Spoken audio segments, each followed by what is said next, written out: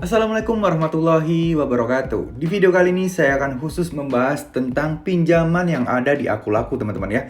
Jadi di Akulaku itu mempunyai dua jenis pinjaman tunai, yaitu pinjaman tunai biasa atau KTA Akulaku dan dana cicil, teman-teman. Nah, kalau kalian lihat di sini, ini adalah dua pinjaman yang paling banyak digunakan oleh orang-orang. Nah, sekarang dari dua pinjaman ini, apa sih kelebihan dan kekurangannya masing-masing? Dan kenapa salah satu dari pinjaman ini merupakan favorit banyak orang dan sangat diincar oleh banyak orang, teman-teman. Sekarang kita akan bahas yang pertama, yaitu pinjaman, teman-teman ya. Ini pinjaman tunai ya, teman-teman.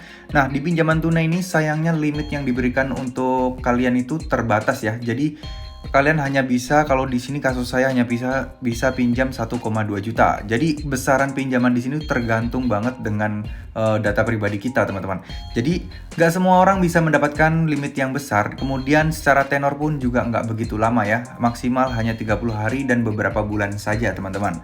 Nah, di sini bedanya apa? Di sini bedanya adalah sangat mudah untuk pengajuannya dan fiturnya langsung terbuka di awal kalian mempunyai Akulaku, teman-teman.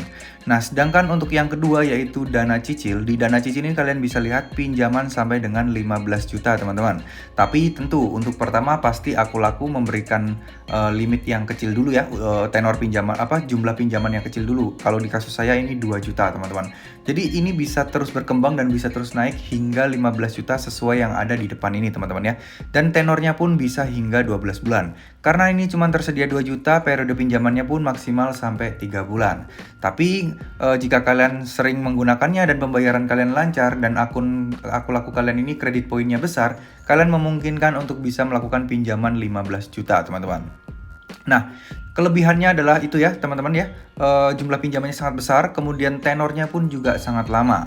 Nah, untuk pengajuannya pun juga relatif sangat mudah. Nah, sekarang kelemahannya apa? Kekurangannya apa? Kekurangannya itu, kalau misalnya di dana cicil, itu nggak semua user langsung terbuka, teman-teman. Jadi, kalau misalnya kalian user baru, itu biasanya di dana cicil kalian ini masih belum bisa diklik. Ketika kalian klik, di sini bukan muncul cara form pengajuan pinjaman, tapi yang muncul adalah informasi bahwa kalian masih belum memenuhi syarat dan harus terus lebih aktif lagi menggunakan Akulakunya.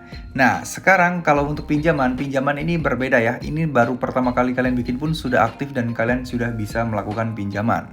Kalau ada pertanyaan, apakah pinjaman ini memotong limit kalian?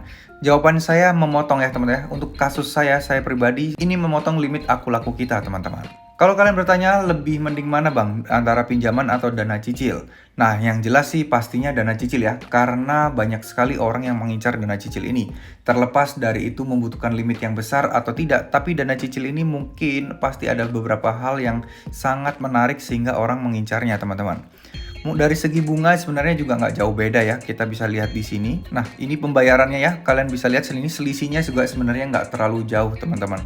Cuman bedanya dana cicil ini khusus untuk orang tertentu dan tenornya itu loh yang bisa sampai lama. Jadi kalau kalian lihat di sini di pinjaman tunai ini, kalian hanya bisa milih maksimal 30 hari untuk user awal ya. Kemudian kalau untuk dana cicil, untuk user awal pun bisa mencapai 3 bulan, teman-teman. So, kalau menurut saya pribadi lebih ringan dana cicil. Tapi ya balik lagi ya, kalau misalnya kita nggak butuh banget, lebih baik jangan ya, karena di sini ada bunga yang tentunya kalau kalian nanti telat bayar, kalian akan mendapatkan denda yang cukup lumayan besar, teman-teman.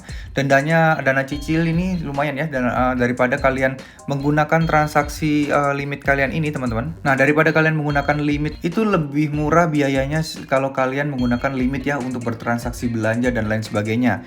Jadi kalau kalian mencairkan dana di Akulaku ini tujuannya untuk membeli suatu barang, alangkah lebih baiknya kalian langsung aja gunakan Akulaku ini sebagai media pembayaran kalian, teman-teman.